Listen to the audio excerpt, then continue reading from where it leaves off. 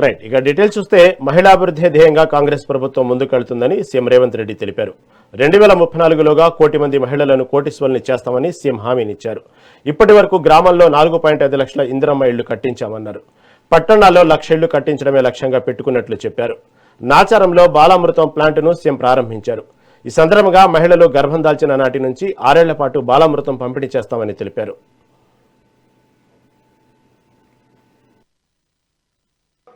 Ration card కావచ్చు, సన్న బియ్యం కావచ్చు, ఇందిరమ్మ ఇల్లు కావచ్చు. తొందరలోనే హైదరాబాద్ నగరంలో కూడా 1,00,000 ఇందిరమ్మ ఇల్లు కట్టి పేదలకు అందించే కార్యక్రమాన్ని ఈనాడు చేపట్టబోతున్నాం. ఇప్పటి వరకు 4.5 లక్షల ఇండ్లు గ్రామీణ ప్రాంతాలలో కట్టినాం. మరి పట్టణ ప్రాంతాలలో భూమి ధర బంగారానికంటే పిరమైపోయి వజ్రాల ధర వలుకుతుంది. ఇవాళ భూమి, ఇవాళ పేదోళ్ళు ఒక గజం ఏదైనా భూమి తీసుకుందామంటే జీవితకాలం కష్టపడ్డా కొనలేని పరిస్థితి ఉంది.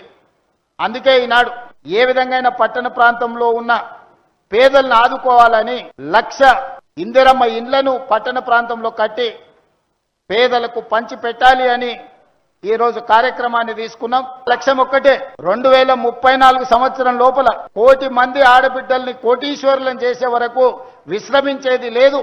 ఈ రోజు 1 కోటి మంది ఆడబిడ్డల్ని కోటీశ్వరులను చేయడానికి అన్ని రకాల ప్రణాళికలు, వాళ్ళకు ఉద్యోగ ఉపాధి అవకాశాలే కాకుండా వ్యాపారం చేసుకోవాల్సిన అవసరమైన మెలకువలు కూడా. ఒకప్పుడు రిలయన్స్ వాళ్ళకి పెట్రోల్ బంకులు ఉండేది, అంబానీలు పెట్రోల్ బంకులు నడిపేది. ఈ రోజు ఆడబిడ్డలకు పెట్రోల్ బంకుల కోసం స్థలం ఇచ్చి ఈ రోజు పెట్రోల్ బంకుల యజమానులను ఆడబిడ్డల్ని చేసినాం. ఈ రోజు అద్భుతంగా వాళ్ళు పెట్రోల్ బంకులు నడుపుతున్నారు. 27,000 కోట్ల రూపాయలు దాదాపుగా ప్రతి సంవత్సరానికి ఈ రోజు విద్యార్థుల మీద, చదువుల మీద నేను ఖర్చు పెడుతున్నా. గతంలో ఎక్కడ ఖర్చు అయిపోయేదో తెలియదు. నేను ఎవరిని విమర్శించదలుచుకోలేదు, కానీ ఈ రోజు బాధ్యతాయుతంగా విద్యాశాఖ నా దగ్గరనే పెట్టుకొని నేనే స్వయంగా మన ఆరుట్లకి వెళ్ళి ఆ పాఠశాలలో బ్రేక్ఫాస్ట్ ప్రారంభించి అక్కడ ఎంత మంచిగా వంట చేస్తున్నారో ఏందో అన్ని నేను చూసి వచ్చిన.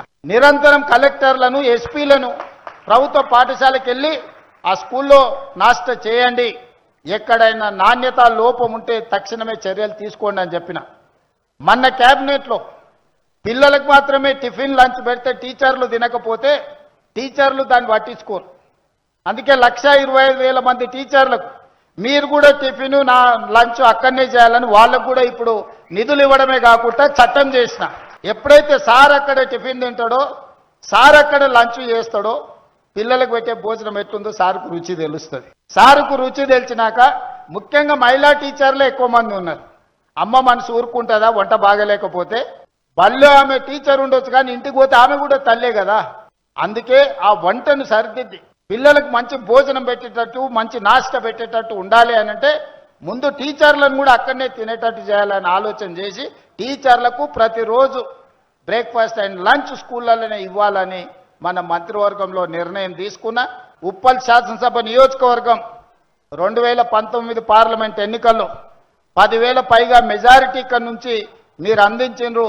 నేను సరిగ్గా 10,639 ఓట్లతోటి పార్లమెంట్ సభ్యుడిగా గెలిచిన. ఆ రోజు పార్లమెంట్ సభ్యుడిగా మీరు ఆశించినంతగా నేను ఆ రోజు పని చేయకపోయినా ఈనాడు తెలంగాణ రాష్ట్ర ముఖ్యమంత్రిగా ఉప్పల్ శాసనసభ నియోజకవర్గ అభివృద్ధికి అవసరమైన నిధులను తప్పకుండా కేటాయిస్తా. రాజకీయాలకు అతీతంగా ఉప్పల్ శాసనసభ నియోజకవర్గాన్ని అభివృద్ధి చేసే బాధ్యత నేను తీసుకుంటా. ఆనాడు 2019 నుంచి 24 వరకు నేను పార్లమెంటు సభ్యుడిగా ఉన్నా. మీరు ఆశించిన మేరకు ఇక్కడ నిధులు నేను తీసుకురాలేకపోయినా ఈరోజు తెలంగాణ రాష్ట్ర ముఖ్యమంత్రిగా ఇవ్వగలిగిన అధికారం, ఇవ్వగలిగిన అవకాశం నాకు దక్కింది. తప్పకుండా నియోజకవర్గానికి సంబంధించిన మిత్రుడు పరమేశ్ చెప్పిన, బండారు లక్ష్మారెడ్డి గారు చెప్పిన ఈ పనులన్నిటిని కూడా చేసి ఒక మంచి అభివృద్ధి చెందిన శాసనసభ నియోజకవర్గంగా ఉప్పల్ని అభివృద్ధి చేస్తానని తెలియజేస్తూ మీ అందరి దగ్గర